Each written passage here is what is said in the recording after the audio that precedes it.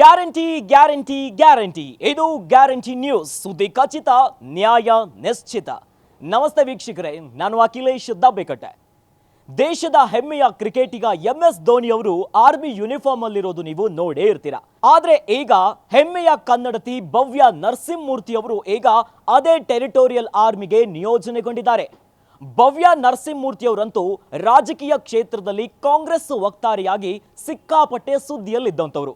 ಆದ್ರೆ ಈಗ ಸುದ್ದಿಯಲ್ಲಿರೋದು ರಾಜಕೀಯಕ್ಕಲ್ಲ, ತಾವು ಟೆರಿಟೋರಿಯಲ್ ಆರ್ಮಿಗೆ ಜಾಯ್ನ್ ಆಗಿರೋ ಕುರಿತಂತೆ. ಸದ್ಯ ದೇಶದ ಆರ್ಮಿಯ ಯೂನಿಫಾರ್ಮ್ ಅನ್ನ ಧರಿಸಿ ಕೈಯಲ್ಲಿ ಬಂದೂಕನ್ನ ಹಿಡ್ಕೊಂಡು ಕಾಶ್ಮೀರದಲ್ಲಿ ಭಾರತ ಮತ್ತು ಪಾಕಿಸ್ತಾನದ ಗಡಿಯಲ್ಲಿ ದೇಶ ಸೇವೆಗೆ ಸಿದ್ಧವಾಗಿ ನಿಂತಿದ್ದಾರೆ. ಹೌದು, ಮೊದಲೆಲ್ಲ ಇಸ್ರೇಲ್ ಹಾಗೂ ದೇಶ ವಿದೇಶದಲ್ಲಿ ಮಹಿಳಾ ಆರ್ಮಿ ಆಫೀಸರ್ ಗನ್ನನ್ನ ಹಿಡಿದು ಹೋಗ್ತಾ ಇದ್ರೆ ಬಹಳಷ್ಟು ಸುದ್ದಿ ಆಗ್ತಿತ್ತು. ಆದ್ರೆ ಈಗ ಭಾರತೀಯ ಟೆರಿಟೋರಿಯಲ್ ಆರ್ಮಿಗೆ ಹೆಮ್ಮೆಯ ಕನ್ನಡತಿ ಭವ್ಯ ನರಸಿಂಹಮೂರ್ತಿ ಅವರು ಲೆಫ್ಟಿನೆಂಟ್ ಆಗಿ ನಿಯೋಜನೆಗೊಂಡಿದ್ದಾರೆ. ಇನ್ನು ದಕ್ಷಿಣ ಭಾರತದಿಂದ ಆಯ್ಕೆಯಾಗಿರುವ ಮೊದಲ ಮಹಿಳಾ ಪ್ರಾದೇಶಿಕ ಸೇನಾಧಿಕಾರಿ.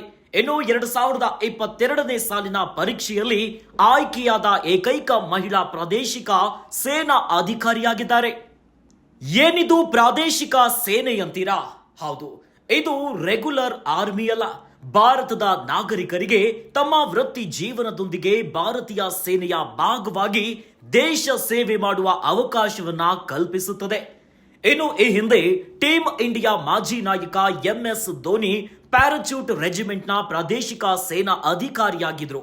ಅದರೊಂದಿಗೆ ರಾಜಸ್ಥಾನದ ಸಚಿನ್ ಪೈಲಟ್, ಬಿಜೆಪಿಯ ಅನುರಾಗ್ ಠಾಕೂರ್ ಕೂಡ ಟೆರಿಟೋರಿಯಲ್ ಆರ್ಮಿಗೆ ಸೇರಿದ ಪ್ರಮುಖರಾಗಿದ್ದಾರೆ. ಕಾಶ್ಮೀರದಲ್ಲಿ ಭಾರತ ಹಾಗೂ ಪಾಕಿಸ್ತಾನದ ಗಡಿಯ ಬಳಿ ಇರುವ ಭಾರತೀಯ ಸೇನಾ ಘಟಕದಲ್ಲಿ ತರಬೇತಿ ಪಡೆದು ಬಳಿಕ ಲೆಫ್ಟಿನೆಂಟ್ ಆಗಿ ಈಗ ನಿಯೋಜನೆಗೊಂಡಿದ್ದಾರೆ.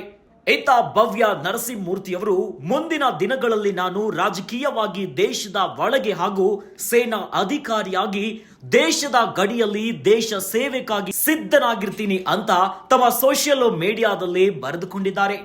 ನೋಡಿದಳ ವೀಕ್ಷಕರೇ, ಭವ್ಯ ನರಸಿಂಹಮೂರ್ತಿಯವರು ರಾಜಕೀಯ ವಲಯದಲ್ಲಿ ಗುಡುಗ್ತಾ ಇದ್ರು.